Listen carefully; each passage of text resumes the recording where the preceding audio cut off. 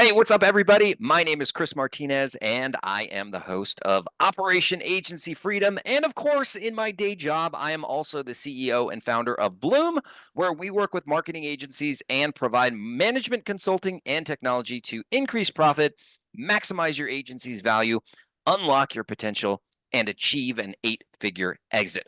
And today I have on the show the Steve Guberman, who is the founder of Agency Outside, and he's also a host of an amazing podcast called Agency Bites.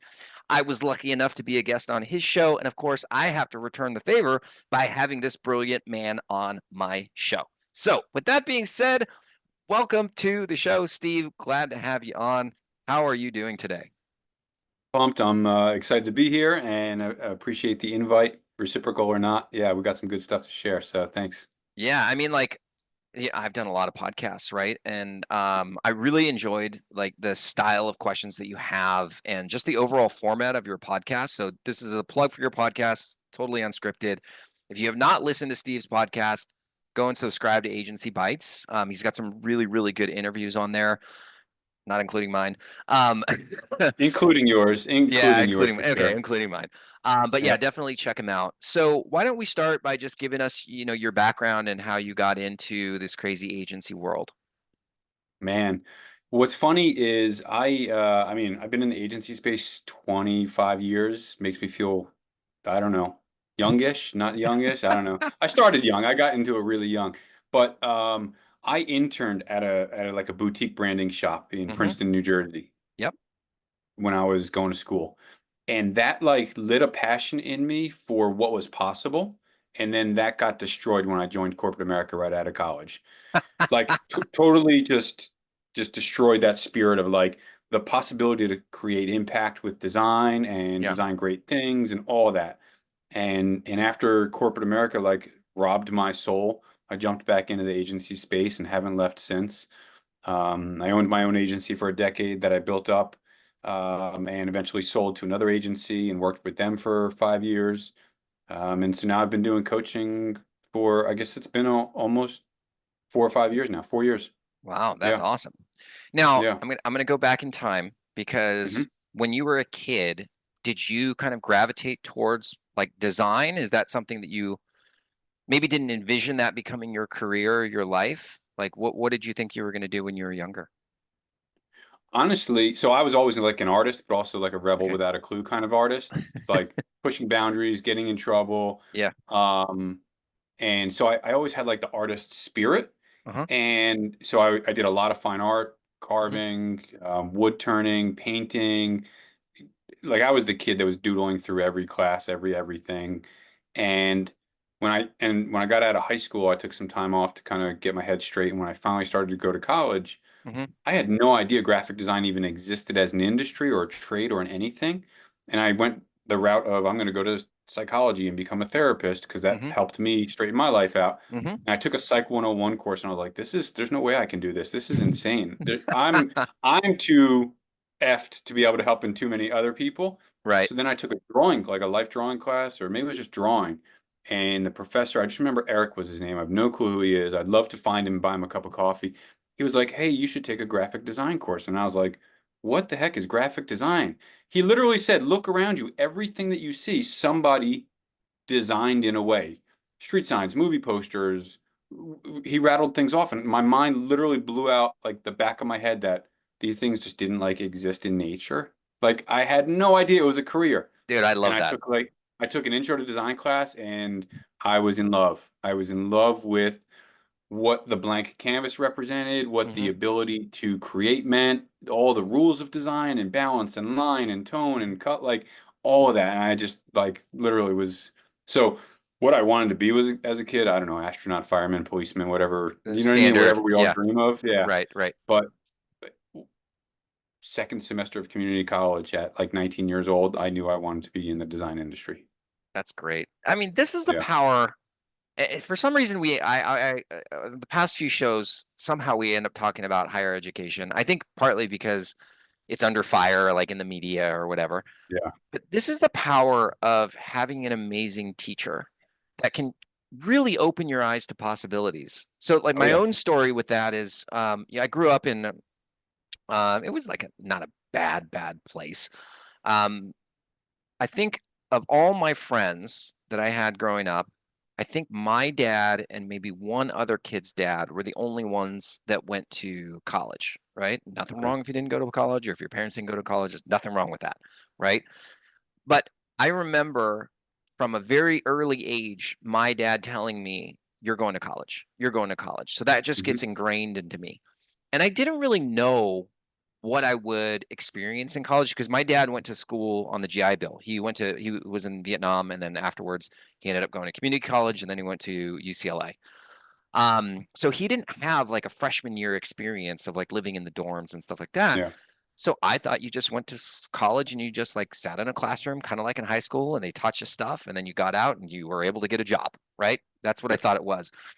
But then I went to college and I was fortunate enough where I had the freshman year dorm experience and I got to interact with other people, and it opened my eyes to what's possible. And for me, I wouldn't be who I am today and I wouldn't be doing what I'm doing today had it not been for college and the people around me showing me, hey, there's a much bigger world than Yeah. what you've been learning in Torrance, California, right? Yeah, I listen, I think that's like super vital factor because now 2024 there's a big push like you don't need to go to college. You can do Yeah. a trade school and college is just exorbitantly expensive, but Yes. then you miss out on who's like, and I get college age kids reaching out to me all the time. Hey, I'm trying to get into the industry. What Hmm. do you recommend? How do I do it? Take a master class. Like there's a zillion ways you can learn, but you're Yes. not being thrown into it and like molded with professors and courses and classmates and competitiveness. And I was on the Student Art Association, and so we would invite people in that I met through my internship to like talk to the design students in the art Hmm. building and like the all-nighters that I pulled in the art building, cutting and pasting and making comps. Like you miss that whole experience. Yeah. How do you do that from your apartment in Williamsburg or like wherever people are living? Yes. I think that's a harder step, but you take away the 4 years of debt and 4 years of, so it's a pros and cons thing. Yeah. If you don't go the route of school, you've got to be that much more driven as an individual to self-teach and to Yep. absorb YouTube content and follow, the James Martins of the world about how to be a designer and how to sell Hmm. design and all that. So Yeah. I do think it's really challenging. And COVID made it even more challenging when suddenly people were entering the design workforce and their internships or their first year jobs were from home and like the culture of the design agency, digital branding, whatever, wasn't there. Yep. And so that was a huge like void I think in our industry big time. Yeah. But And college so, or no college, yeah, I think it all comes down to like drive and talent and passion and want to, learn. right.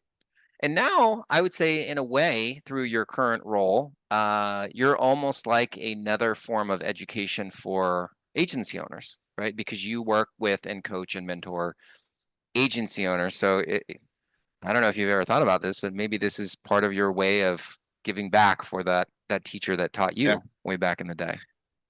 I believe wholeheartedly and deeply through my soul of living a life of service. And that Hmm. doesn't mean that I'm joining, going off on mission and carrying, word like that, but how do I give back what people gave to me, whether it was the people I interned for, the people I reported to as a junior designer, people that coached me as I launched my agency or as a freelancer. And so I think we have a responsibility to younger generations of whatever. Listen, I love gardening. My Hmm. neighbor asks me about something I'm doing, I'm going to spend time, bring him into the garden and show him how I do a thing. So I, I also believe that the more I teach, the more I learn. Hmm. Like when I was in school, I taught HTML class to the computer science kids because they Hmm. were learning like Python and Ruby, but they didn't know how to put it on a page. Right. So I was teaching them HTML and basic CSS was a thing back then. It taught me more than I think it taught them because it reinforced what I was learning. Wow. So I believe in living a life of service. I'm not curing cancer or like, reawakening people, but I definitely believe that I'm giving them the ability to like launch a business, run it better, have a better lifestyle, do better work, have better culture for their employees and deliver better work to their clients. And so, yeah, I think there's a connection, like you're saying, to the things that were given to me by somebody else. I want to give it back to more people as best as I can. Yeah, that's great. I'm definitely Yeah. aligned with you there. What Yeah, are I think some you of the are. main challenges that your clients are coming to you, looking to you to help them solve? Most times it starts with either I'm working too much, like things are out of balance. They're an Mm, accidental agency owner, like I yep, love digital marketing or branding or creative design or whatever, and suddenly I'm running a business and I don't know how to do it. yep, Or I wanted to run a business and I had this vision of very quickly I'd be working with only, the Nikes of the world and making $1 million and not working a ton of hours. And they realize all of that is just inverted. I'm working a zillion hours. I'm working with the crappiest clients, and where's all the money? So like writing, balancing the things that are out of balance with their business. And then the other one that's all too common is I've been working really hard. I want to sell this thing. mm-hmm, How do I do that? And then it's, hey, newsflash, you have nothing to sell because you're the owner operator. yep. Nobody wants to buy you. They want to, you know what I mean? So working with them to roadmap how do we build this into a business that is attractive, only to find out an attractive business is a well-run machine that you might not want to sell after all anyway. So Yeah, so it's funny. So for those that are listening, Steve and I do have some overlap in terms of like what we do, but like I'm a very like abundance minded person. So like I want to have somebody like Steve on the show because maybe you're a listener and you're like, "Hey, I think I vibe better with Steve. Please go work with him." Right? So with that being said, when it comes to people that are needing to build that structure in the business, like you at the beginning of the interview, you said, you worked in corporate and then it sucked the life out of you. What I see when I talk to clients is a lot of them are afraid to build out an infrastructure and have like meeting cadence and like these recurring things that are, trust me, I don't think they're really fun, but they're needed to be able to build that business that can scale and essentially that you can do an exit from. How do you overcome some of that apprehension that I'm seeing in the agency owner that needs to build this but is scared of developing that like discipline and those like constraints, I would say. I think two ways. One is digging into what's holding them back. Is it imposter syndrome? Is it that what they think they want, they don't really want? Yep. And so those might be like one and the same. So many of us adopt other people's goals. I call them copycat goals. I saw Yes. a video of somebody that said I should be making 12 figures a month in recurring revenue, and I can do it by, starting a LinkedIn campaign. And so now I'm chasing this guy's dream, which Yeah. isn't even my own dream. So why Hmm. am I going to wake up in the morning to chase somebody else's dream? Right. So that mindset of what do I want? Why do I want it? Like Simon Sinek talks about why. Yeah. And like we all love it. I don't know anybody that doesn't love start with why. And I'm not going to harp on that, but I am going to harp on if the goals are not true to me as the owner, Hmm. how do I expect my team to get behind me to help make these dreams a reality for all of us when I'm being disingenuous and when I'm copycatting somebody else's goal, Yeah. when $1 million of revenue is my goal when it means nothing to me, or $10 million is my goal and it means nothing to me. Like what means something to me that my team can see how genuine I am about it, that they're going to want to help me push it forward. This is a deep, deep issue though, or not really an issue, but it's a deeper problem to solve though, because, and I want to hear how you go about doing that because it's almost like, to me at least, it's almost like a psychological challenge that you're having to overcome. Like what is the root cause of me feeling like I need to have the $1 million revenue, right? Is it because I don't feel good enough or that somebody made me feel like I was less than? Like it's on the surface level, it's okay. My goal is modeled after this person, and I haven't really evaluated why, right? But it goes much deeper than that. So how do you kind of get at the root cause behind that? Honestly, I think, Gary Vaynerchuk talks about it all the time. I think Hmm. social media has ruined us. I see somebody with a Lambo and I'm like, that's what I want. Or I see Yeah. somebody, you know, all we see is you see this background behind me. It's not a virtual background. These are real plants. These are real books. I love ampersands, some graphics. These are all things that I love. Hmm. But the rest of my house could be on fire, and you have no idea that it's a total trash heap, right? And like Right. that's what social media does for us. It says, "Oh, look what this person's got. I see it in their little tiny frame on my phone. I want that. How do I get it?" So it's I want things that I don't know what it takes to get to them. I want things outside of myself rather than I want like something inside of myself. And Hmm. so again, I work with agency owners to figure out if you thought $1 million, and I just throw out round numbers just because math is not my thing. I was told there'd be no math in the art world. Um, if you want $1 million in revenue, let's figure out why that's what you want.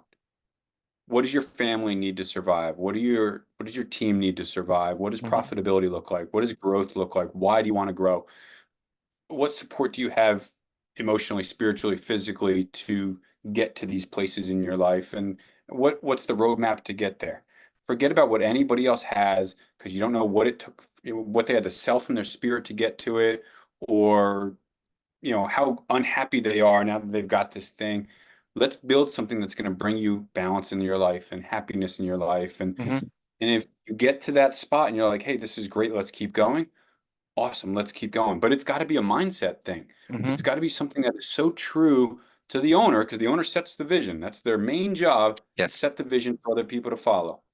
My vision is this, and I do like a workshop exercise with agency owners that I work with, where I was taught it was called a magic paintbrush project, Okay. and it's a vision board. It's how do you vision out what you want in 6 months, in a year, in 3 years, and let's talk about it from the smell of the office you want to work in, to the kind of people you want working for you, to the kind of revenue that you want to make personally, and like all the aspects of it. And there's a framework for it. So we can like truly vision what my mindset needs to see in order to work towards. And then we Okay. break it down into like, here's the steps. How am I going to get there? Who do I need on my team? What services are we providing? What does positioning look like? Like all the things now you need. I love that. But longest-winded answer to it's a mindset thing of like stop like looking at what other people have. Look inside to figure out what you want for yourself, for your family, for the people that mean something to you. Don't Yeah. worry about what everybody else is posting on social media and Right. how good it looks because it's not as good as it looks, I promise. I agree with you 100%. And I love that you have a process that you help people to kind of solve that question, right? It sounds really cool. My follow-up question is that once you've established what it is that you truly want, you being an artist, and I'm stereotyping and I'm probably going to piss somebody off, but art, in my experience, artists have a challenge with discipline and focus. Oh yeah. How do you help them to stay disciplined and focused and not pick a different goal or go back to the way that they were? Well, listen, we all get the shiny object squirrel over here syndrome, and Yes. it's like, here's Y- my path. Oh, screw it. Let's go this direction. Yeah. So whether it's accountability groups, having an accountability partner, a coach like myself to Hmm. provide accountability. Um, yeah, I'm not going to say we all have ADHD of some sort, but we are easily distracted in the entrepreneurial world, in the Yes. creative entrepreneurial world, etc. And so, I've got things written on my wall above my camera you can't see. We want to a house in Vermont. I drew a picture of the house that I want in Vermont. Like, Love it. so I stay focused on the things, the baby steps to what's going to get me to the place I want. Hmm. Um, Literally before this call, I was on the phone with an agency owner. He's got sub seven figure digital marketing PPC agency, and been working together for a few years. And he's come back and he said, I think what I finally want to do is grow it to this and look for an exit. I said, cool. Let's break it down into baby steps. Hmm. What are the small activities you've got to do each day, each week, each month that are going to bring you to the KPIs Hmm. that are going to hit your long-term goals? And if along the way that veers off because shiny object syndrome, that's cool. Let's recalculate the map, or what Google says, recalculating route. That's Hmm. okay. But let's make sure it still aligns with something internal and true to that person. Um, Can I ask you a yeah, so I question?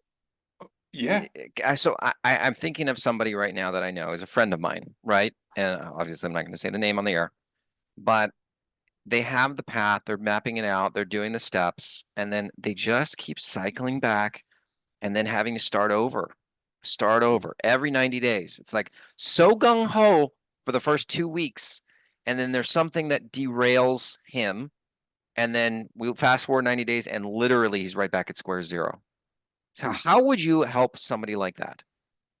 I'd probably figure out where he's not following, like either the steps are too far apart, Hmm. or at some point he's veering off where he's supposed to be following the plan or the route or the map or whatever you want to call it. Yeah. But also maybe that thing that he thinks he wants to get to, he doesn't really want to get to. And so there again, mindset, like Yeah. what's really holding you back from chasing the direction you thought you wanted to go if you keep making that hard right turn every time you're about to, right? Let's say you want to swim in the ocean, and every time you drive there, you set up the chair, you walk down to the edge of the water, and you're like, no, I'm not going to go in the water. And you do Hmm. that a dozen times. Why are you not going in the water? What are you afraid of? Is it something that happened when you were a kid? I'm not a therapist, but there are things that are going to hold us back that Yeah. date back years and years and years that I don't even know about. Yeah. Let's dig into it. Find Yeah. somebody that's going to dig into it with you. Find, a trauma-informed coach or a therapist or EMDR, or I don't know, go do ayahuasca. Do something to help break that cycle of what do I not want? What's holding me back from doing the thing that I think I want to do? Yeah. This is where I think that you're much stronger than me because, like, not to toot my own horn, but in most things, work related or fitness related, I've always been very disciplined. And so it's hard for me to empathize with somebody who doesn't have that same level of discipline. I am great at taking somebody who has good discipline and then transforming that so that they are like a rocket ship towards getting towards their goals. If you don't have that discipline, I'm probably not the right person for you because I have never really had that challenge before. I don't know if that Yeah. makes sense. Oh, absolutely. I think that's kind of like people that, let's say, somebody that's got mental health and you don't have Hmm. mental health. It's like, oh, just get up and do it today. It's like, Yeah, no, you exactly. can't just, Just get over it. you can't What's the just rash, problem? Yeah. yeah, you can't just rationalize your way through depression or anxiety or things like that. And Yeah. so there's exercises like if you're not driven or you don't have the organizational skills like you're talking about, or, you're not on the good path that Chris, can take them to the great path. Hmm. you know, they need to learn some tools like, read David Allen Greer's book. Not David Allen Greer, he's an actor. David Allen, like Getting Things Done. Hmm. Uh, like there are tools that we can learn to help keep us focused, like Hmm. time blocking, figuring Hmm. out when your zone of genius is. I'm either really good early in the morning or really good late at night, but Hmm. middle of the day, like I can't focus on anything for some reason. Right. So Right. why am I going to sit at my desk and try and get something done middle of the day when I know my brain doesn't function in that time of day? You know, how many of us spin our wheels? It's because that's not when our brain is optimized. Yeah. Yeah. You know what I And so, mean? So things like that. you basically have to go through, ideally with a mentor like yourself, almost like it's like a self-discovery, right? Where you're really analyzing yourself. And I think this is one of the benefits of being in your late 30s and 40s, which I think you're in your 40s with me as well. Um, Early is 40s, we, yeah. we yeah, we've had experiences, right? We've had experiences, we've gotten enough reps that we can now reflect on, hey, this is not good for me. Or when I do this, it doesn't even feel like work. Or, Yeah. when I wake up early, I'm great. I'm a morning guy. Like I'm usually up at 4:30, 5 o'clock in the morning. I'm in the Wow. gym by Yeah. 5:30 or 6. I've already gotten all these things done, and then I hit the ground running at 8. By 3 o'clock, I am dead. Yep. And I've learned that if I take, and I can take really, really good like short naps. So I can take an 8-minute nap. So Oh, like if I'll wow. have 8 minutes before a meeting, I will literally close my eyes. I'll fall completely asleep. I'll set my timer for 8 a.m. And a lot of the times I wake up at like 7 minutes and I'm like, I feel like I have another 3 hours of energy left in me. That's something that I've Wow. learned, right? Yeah. I'm not good at so many things, but like I'm starting to get a sense of like these little things that I'm pretty darn good at, like, and it's Yeah. great to have somebody like you that can help people to kind of maneuver through that journey. Yeah, I think so many of us, especially creatives, like need to dig in and understand ourselves and how we operate and what makes us tick. And listen, Yeah. I nailed it. I was proud of myself for doing 20-minute power naps most days and waking up saying 8 minutes is like, what? I might have to try that. But So yeah, for me, it's an important part of it. Like, let's dig into what are the things that make you tick. How do you operate best? What support do you have in place? What's going to trigger that imposter syndrome that says I suck at everything and I Mm-hmm. shouldn't charge this much and all those, like all that stuff. There are people, myself, there's a zillion other amazing, amazing, talented, insightful coaches that can help creative professionals figure those things out, build a plan, and hold them accountable to like really doing what matters to them. Love it. Final question for Yeah. the interview. What do you see as the biggest challenge that our industry are going to face in the next 2 to 3 years? Wow, 2 to 3 years is like a lifetime in our industry, I think now. Well, you can say Um, you can make it a year if you want, but yeah, let's just, in the imminent near future, what do yeah. you think is the biggest threat to our industry?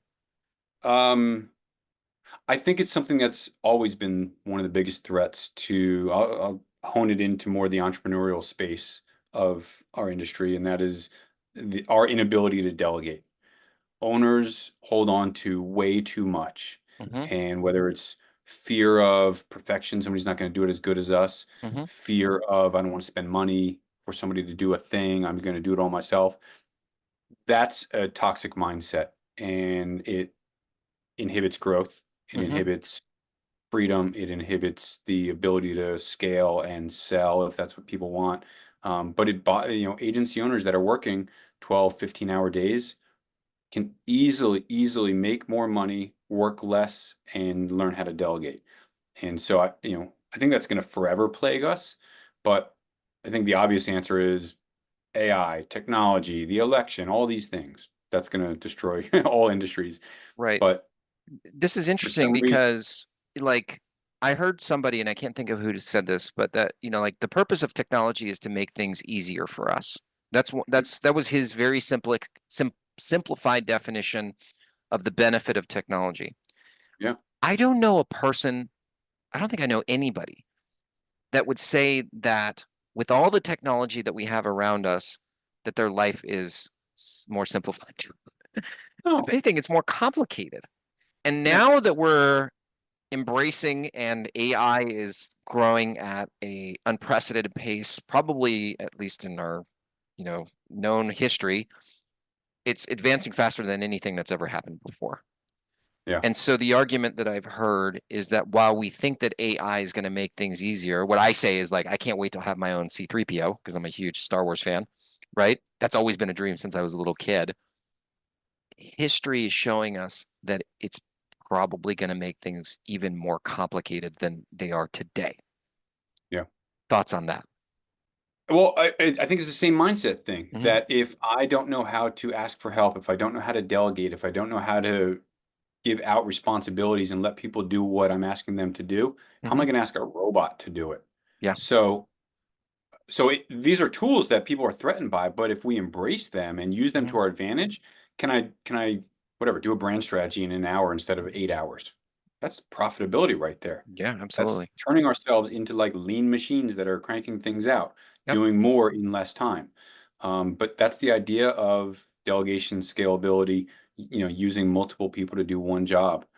Yeah. Um, I, I I think the people that are threatened and concerned about my job and my business because of this technology that they don't know how to leverage need to learn how to leverage it, need to Yeah. learn how to tap into it, be transparent about the fact that they're using it with their clients, with their team, teach other people how to use it, like we talked about before. Hmm. If we can pass it on, if we can teach other people how to use it, it's not, use the abundance mindset and, set the world on fire with it. I love it, man. Um, but I love it. yeah, I think it's powerful stuff, man. I absolutely love it. Right. Steve, you are amazing. Thank you so much for going on the show. I think you have an offer for anybody that's interested in talking to you. Did you have a 45-minute call or something that you were off throwing out there? Yeah, absolutely. So I'm always happy to jump on a 45-minute call with agency owners. And agency owner is anything from 0 headcount to up to 50 headcount in my space, 50 to 75 headcount. That's the place that I play, but help dig into what challenges they face, what goals they have, and help them realign those goals. No obligation, no anything, but spend some time and walk away with some clarity and hopefully some direction. Perfect. If you are Yeah. listening to this and something in this interview resonated with you, please reach out to Steve. He's one of the good guys. He has my full support, and I hope that you'll contact him. So thanks again, Likewise, Steve, my for friend. coming on the Yeah. show. For everybody that's listening, hope you enjoyed it, and I'll see you on the next episode. Bye, everybody. Thank you, Chris. Hey, thank you for listening. And if you enjoyed this episode, it would mean so much to me if you would subscribe to the podcast and also share it with friends, family, and basically anyone you know who will find the same value in this episode as you do. So, to get the latest from me, then let's connect on social media on the Facebooks at facebook.com or Instagram. Then you can also find us on LinkedIn, YouTube. Finally, go to our website where you can see all of our other episodes of Operation Agency Freedom. Register for live trainings on how to run a highly profitable agency, and you can see exactly how we help marketing agencies fix their operations and scale to 8 figures and beyond. Thanks again for listening, and I will see you next time.